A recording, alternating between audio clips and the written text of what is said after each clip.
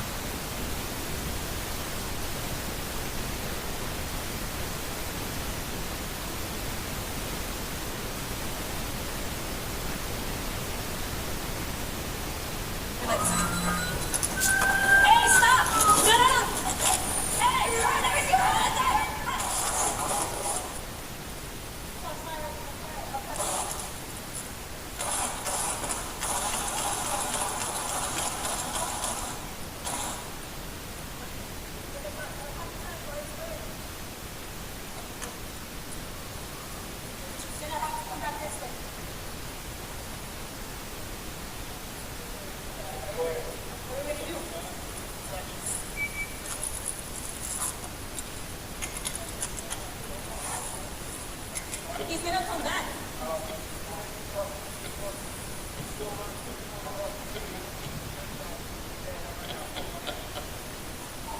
Guys, this is a dead end on all every time, so he's gonna come back up on us. Hey, you need to get covered. Shit. Get cover, get cover, get cover.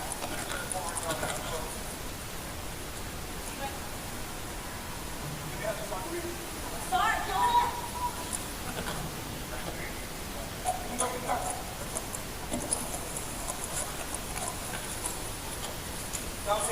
Yes.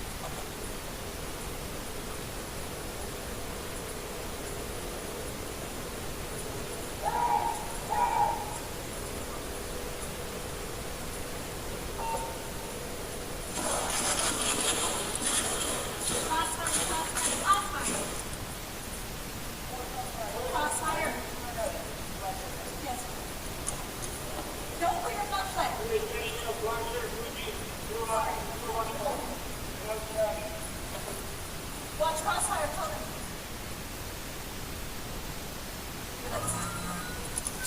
Hey, stop! No! Hey, where is your hand?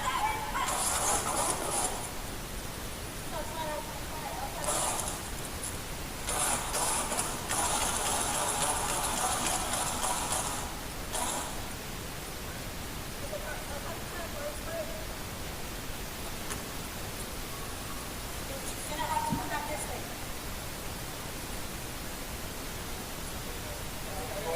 What are we gonna do?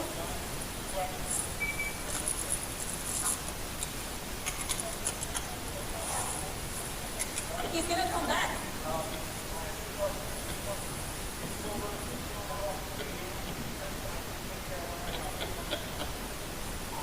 Guys, this is a dead end adult attempt. It's gonna come back all of us. We try to close your door. Hey, you need to get covered. Shit. Get covered, get covered, get covered. Steven. Sorry, go ahead.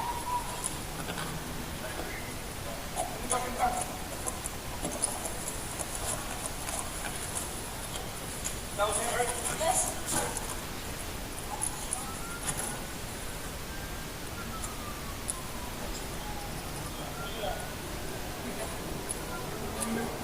I think that I don't know where he's at. Let me put the pedal, let me put the pedal. Vehicle 299 is a silver SUV Cadillac plate 3722 Echo 84. Possibly heading eastbound Warrensburg.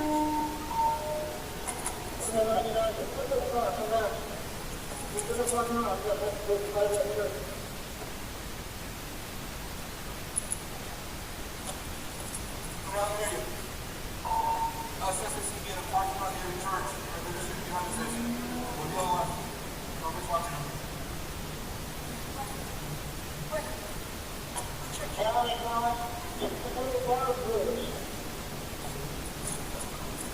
Right there. Ready? Maybe?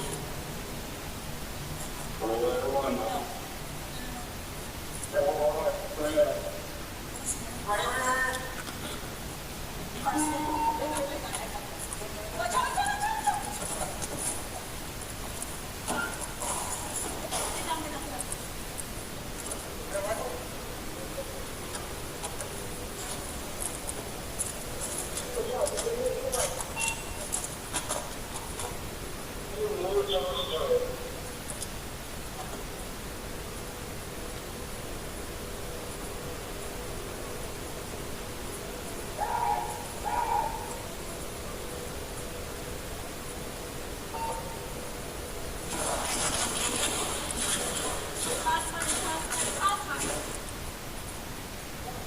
Crossfire.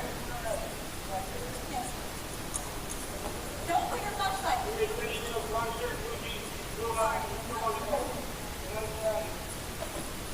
Watch crossfire coming.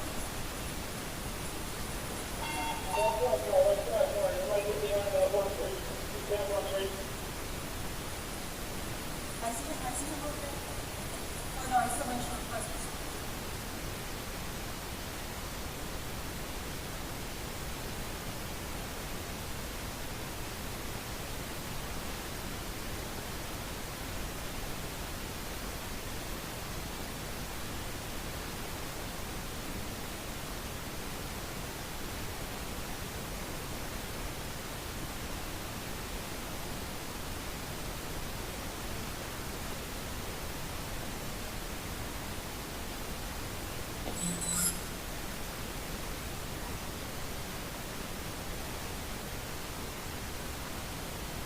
I'm waiting. Is my chamber? The chamber? Yeah, take it. Take it for the rifle. Just fuck, dude.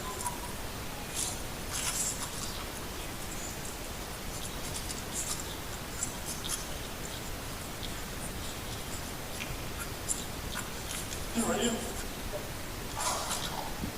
Where is it? Shoot crossfire.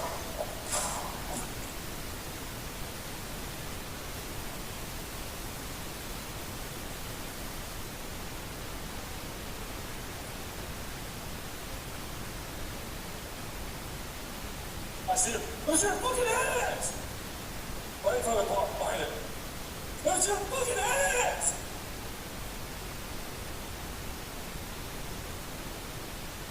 Drop the fucking gun!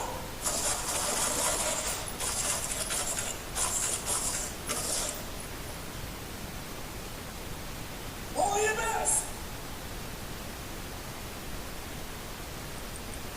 Drop the gun!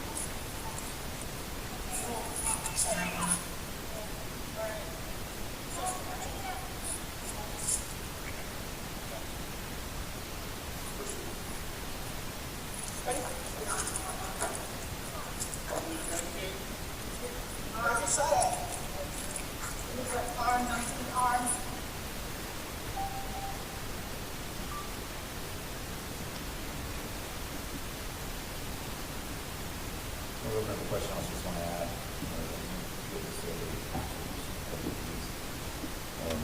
Officer Renager, in regards to how they approached finding cover in their tactical actions. And again, I couldn't be prouder of these officers in this incident. We're lucky and fortunate. Officer didn't lose their life, and I say lucky, and it's not really lucky. It's really because our officers showed tremendous courage and fell back on their training and tactics. So with that, I'll open up to questions.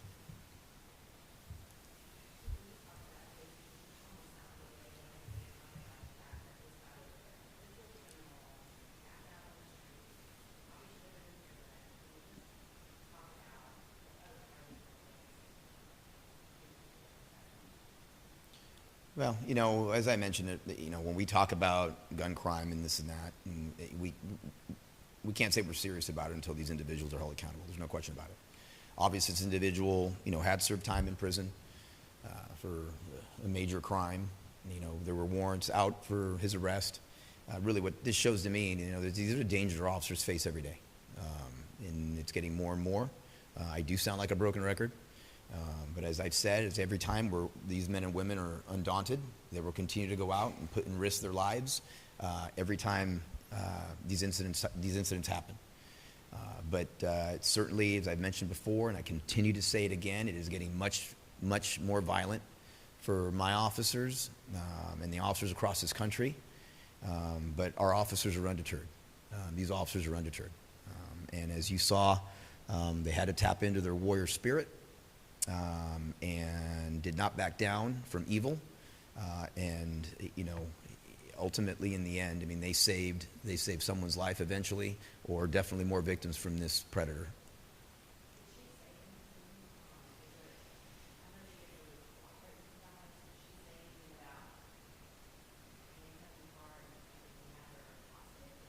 Well, what she's told us, she's voluntarily got in the car, but then obviously at some point was held against her will with regards to the pulling her into the back seat and then handcuffing her.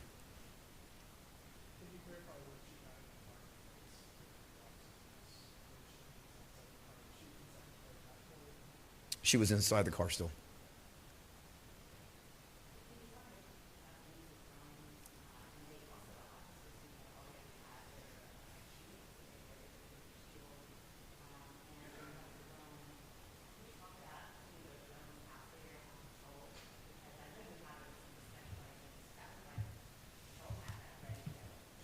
Well, again, it's one of the things that I know our patrol units and training has been a big factor of what they do. Obviously, approaching an individual in open fields such as that when cover is minimal, using shields is extremely important. There's a lot of good things that occurred. Obviously, as we said before, loss of life is never our desired outcome. Utilizing the drone to be able to get more space and distance to see if they could safely approach is incredible. And it's one of the first times that we've been able to use it. And one of the reasons we're excited about expanding our drone program. The fact that the officers use their rifles in an area to be able to be more effective in stopping this threat. As I've mentioned before, as I've talked about before, suspects don't care about their backdrops. They'll just use their firearms. They don't care. We do, and we must. And so the officers utilize important tools. Oftentimes we're outgunned out in the street. So I think it was an amazing job, and from a training and tactics perspective, for the officers to transition to the rifles. But when we talk about all these things combined, the shields moving forward, obviously, listen, no situation is perfect. We're going to look at this, but honestly, when I look at this, and we've all looked at this, there's a lot of great things that these officers did to keep themselves safe from a violent predator. I'm sorry? 3 that we know of right now. Obviously, very chaotic scene. We'll get more, but yeah, at least 3.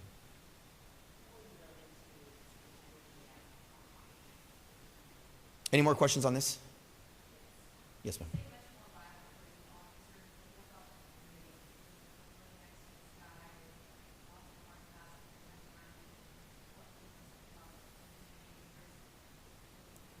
There's a community risk when this individual obviously was on the loose. There's no question about it. Where some individual that voluntarily got into his car, obviously we can discuss that, but then subsequently handcuffed. Certainly, I don't believe anyone was safe from this individual, obviously, but this individual turned and fired weapons at our officers. He didn't turn and fire weapons at the community. He fired weapons at our officers at this point. And so obviously, if he's going to do that, certainly there was a threat to our neighborhoods and our residents, which is what the members of this police department raise their right hands to do. And they put their lives on the line every day. And it's a sacrifice that, as we just had an academy class graduate recently, that, our new recruits here need to live up to that sacrifice that these police officers, these men and women do every day. I couldn't be prouder. Certainly they kept themselves safe, but they kept the members of our community safe. So thank you for the question.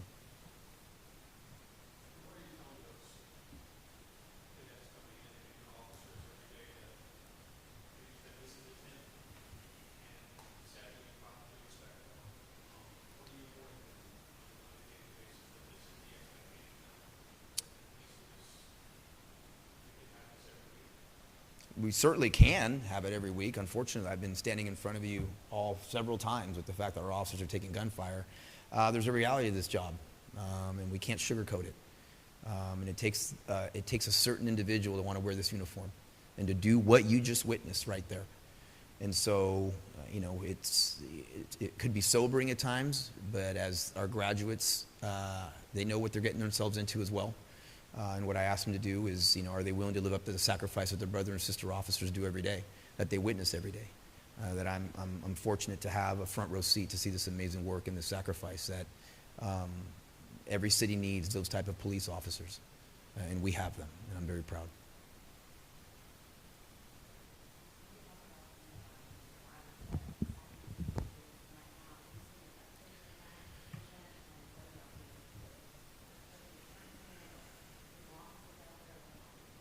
Well, I understand, obviously, we concentrate on the entire body of work in the whole year, and I always seldom like discussing these before the year's over, but I understand trends, right? And so when we look at a period of time that, has been busy, it was a busy weekend for us in the city, and particularly in Southeast. But when we look at it as overall, we have to kind of separate not fact from fiction, but we have to just explain where we're sitting at this present time.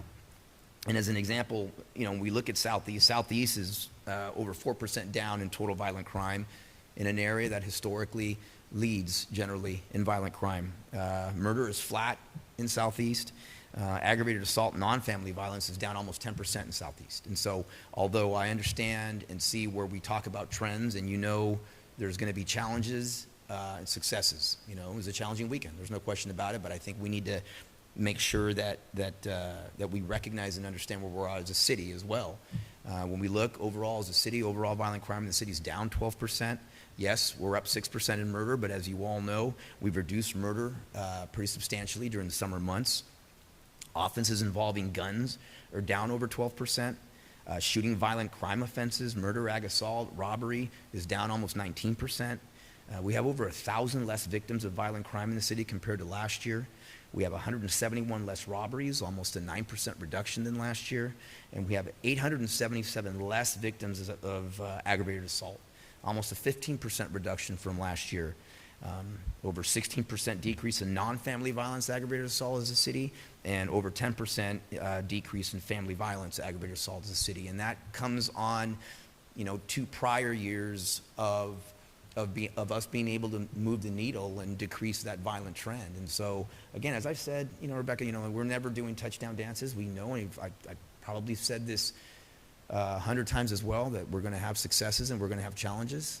This weekend certainly was challenging for us. The randomness of some of these murders that occur is obviously challenging. We're reducing violent crime incidents in the city. We'll continue to stay really mindful of the crime plan. As we've heard, we did our 2-year review. The criminologists say one of the reasons we have been able to reduce violent crime and do what we're doing is a great part because of the crime plan and the amazing men and women that you've seen and the amazing work that you see here every day. We're never going to stop. We're going to continue to look at our areas of concern. Obviously, as we start closing out the year, obviously the first quarter has been challenging for us for the last 3 years. And so we're going to look at different tactics and things and strategies to address that. But certainly I'm proud that we reduced violent crime again during summer months when you don't see that generally. It was a busy weekend, there's no question about it, as you very well saw, but we're constantly evaluating and looking at what we're doing. But I think the message should be clear is that we are moving the needle in the right direction in the city, but there are going to be challenges at times.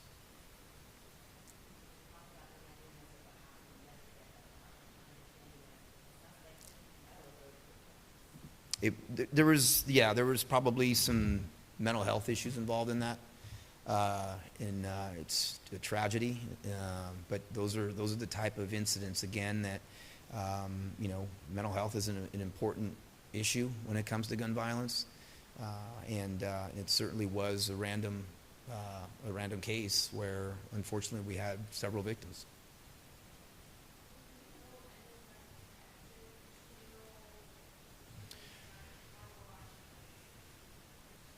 No, we don't believe they were.